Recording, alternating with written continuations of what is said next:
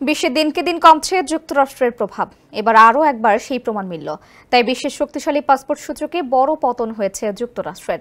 Henley passport সূচক চালু হওয়ার ২০ বছর পর এই প্রথম শীর্ষ ১০ থেকে ছিটকে পড়েছে দেশটি। গেল ৭ অক্টোবর এই হালনাগাদ সূচক প্রকাশ করে হেনলি অ্যান্ড পার্টনার্স। এতে বলা হয় যুক্তরাষ্ট্রের অবস্থান এখন মালয়েশিয়ার সঙ্গে যৌথভাবে ১২তম। এর আগে ২০১৪ সালে যুক্তরাষ্ট্র ছিল সূচকে প্রথম, পরের বছর দ্বিতীয়, আর গেল বছর ছিল সপ্তম। সেখান থেকে এখন নেমে এসেছে দ্বাদশ স্থানে।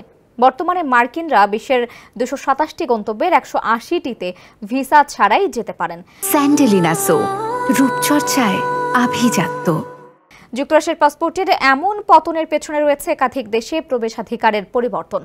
পারস্পরিক সুবিধা না থাকায় গেল এপ্রিলে ব্রাজিলে ভিসা মুক্ত প্রবেশাধিকার হারায় দেশটি। একইভাবে চীনের ভিসা মুক্ত তালিকায় যুক্তরাষ্ট্রের অনুপস্থিতি, পাপুয়া নিউগিনি ও মিয়ানমারের সিদ্ধান্ত যুক্তরাষ্ট্রের স্কোর কমিয়ে দেয়। সর্বশেষ সোমালিয়ার নতুন পদ্ধতির ই ভিসা চালু এবং ভিয়েতনামের ভিসা মুক্ত তালিকা থেকে যুক্তরাষ্ট্রকে বাদ দেওয়ার সিদ্ধান্তে শীর্ষ ১০-এর অবস্থান হারালো দেশটি।